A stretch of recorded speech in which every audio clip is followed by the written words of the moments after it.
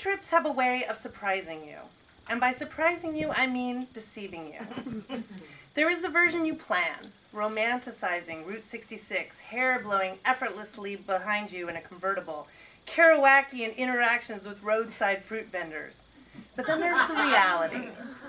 Stiff legs at the gas station, barf bag moments from all the junk food, and a visual onslaught of the same scenery causing you to whine, are we there yet? But like the promise that comes with making a New Year's resolution, you just can't help yourself when that siren song of the road calls. I was bringing my new boyfriend to Arizona to meet my family for the first time. Not only was he going to see the crazy that I'm related to, but it was also going to be the first time he and I were going on a road trip together. We should get a rental, he says. No need to put those kind of miles on your car. Ha! I laugh. It's not like I'm a novice at this. 5.5 hours in a car is nothing to me. Blythe, California is a good stopping point between Los Angeles and Phoenix. You refuel, use the restrooms, buy junk food, and then you're back on your way. And that's where we were heading. So far, my car is doing really well. Until it isn't. Clunk. The car does a weird pulling thing with the steering wheel. The speedometer stops. I'm still driving fast, passing trucks, but the rev is high and my car is starting to sound angry. The digital display indicates that we have 50 miles left in the gas tank.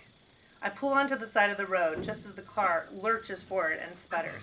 The smell of burning something is a little concerning since I just had the car serviced and it's now 117 degrees outside and we are in the middle of nowhere. 23 miles to Blythe, the sign says. We call AAA. I'm sure we'll be fine, though my thoughts do go towards decidedly unvacation-like territories such as, oh, you know, dying of thirst, snakes, spree-killing truckers, or a combination of all the above. Our tow truck driver arrives on the scene. Since many of the garages in Blythe are closed, he knows a guy who can take a look at our situation. His truck has no AC, so we get to stay in our car as it gets lifted onto the flatbed. While being towed, Charles and I film ourselves singing a new song we created called 23 Miles to Blythe. While pretending we're in one of those old-time movies where the driver isn't really steering, but is driving and you can see the car moving. The part of Blythe that you see from the freeway is gross. And that is the best part. We got the warped Huell Hauser tour, up close and personal in Twiggerville, where even the tumbleweeds are hitchhiking just to get out of town. We drive down a long private road towards a dusty garage littered with cars. Philippe, the mechanic, seems very nice and has 3 tweens hanging out with him, and they are literally kicking a can. Hoping this doesn't take too long, I pray the car will have an easy fix and that we'll be in Phoenix that evening. But the odds aren't on our side. We have no idea where we are, and it's looking more like the start of a cautionary tale told in AAA magazine warning about the dangers of rogue garages in rural outskirts. Philippe checks the car and comes to the conclusion that we are out of fuel. He feeds the car a little gas and the engine purrs. We pay him for his time and gas. Oh, they laugh at our gasless foolishness.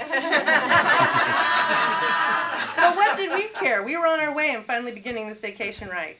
Once in Phoenix, the trip goes well. Everyone is getting along as long as we don't mention voting for Obama in front of my dad. After visiting the family for a few days, we head to the planned highlight of the trip, the Grand Canyon. As we drive through Flagstaff, my car, which has been fine for runs to the grocery store and little trips around town during the visit, is suddenly behaving all Blythian again. We take it to a service station where they inform me that it's probably the transmission, but they can't tell because I have one of those special transmissions that only the dealer can unseal. As it turns out, Flagstaff, not being Blythe, has a dealership, so I take it in. It is the transmission. Again, I wonder, how long will this take? The bad news? It'll take a week, because the part they need has to be delivered from guess where? Los Angeles. The good news, they offer us a sweet rental in the meantime. The bad news, we're going to have to come back in a week to repeat the road trip. The good news, we continue on to the Grand Canyon, and it's awesome, and that's not just the liquor talking. We return to Los Angeles and regale our friends with our fun Grand Canyon stories. Then, on Friday night, right after work, Charles and I caffeinate ourselves heavily and get back on the road. Time is of the essence since we only have a window of 3 hours on Saturday morning to return the rental car in Flagstaff. We are so focused, we even joke about wearing diapers like that crazy NASA stalker chick. But we decide it's probably unnecessary. 4 hours into the drive, we see a beautiful lightning storm in the distance. But as we drive into the middle of it, it looks less beautiful. In fact, I'm panicking and actually now wish I had those NASA lady diapers. Maybe things would have been better for my nerves if I had ever paid attention in science class and realized we were safest in the car. But it was 12:30 a.m. on a Friday night. I was caffeinated like a nuclear plant grave shift worker, and I was certain we were going to get zapped like the cacti around us. Adding to my panic was noticing that we were low on fuel. Though there is no city in sight, out of the darkness, a glowing oasis of lights, fossil fuel, and palm trees appears. We pull into the station along with other freaked out, tired motorists. The craggling man behind the register with several missing teeth moves towards a rifle peeking out from under the counter as I walk in.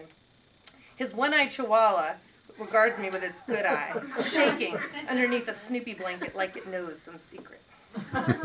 As I wait to get change, the station fills up and register man realizes he has a captive audience.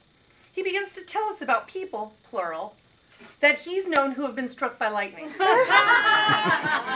Not knowing the proper etiquette for interrupting midnight gas station horror stories, I listen until he's done.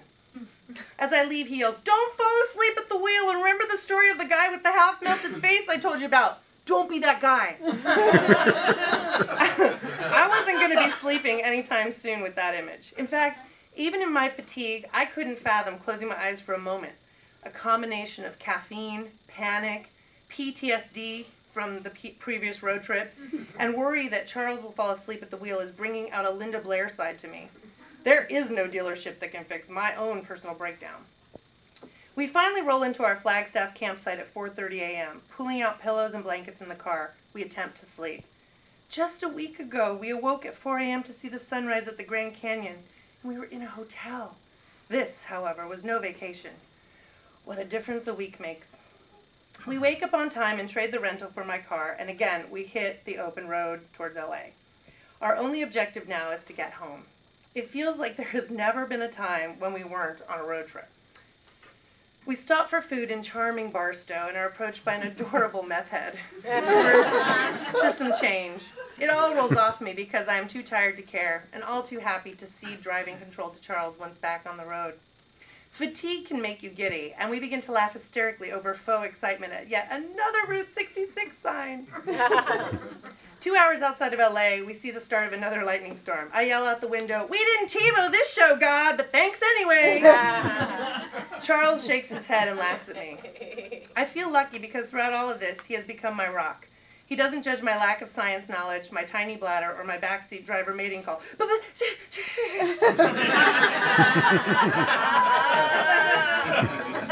knew that such an awful beginning to a trip would make us stronger as a couple in the end? Maybe this is what the one-eyed chihuahua knew all along. But he ain't talking, so it's anyone's guess.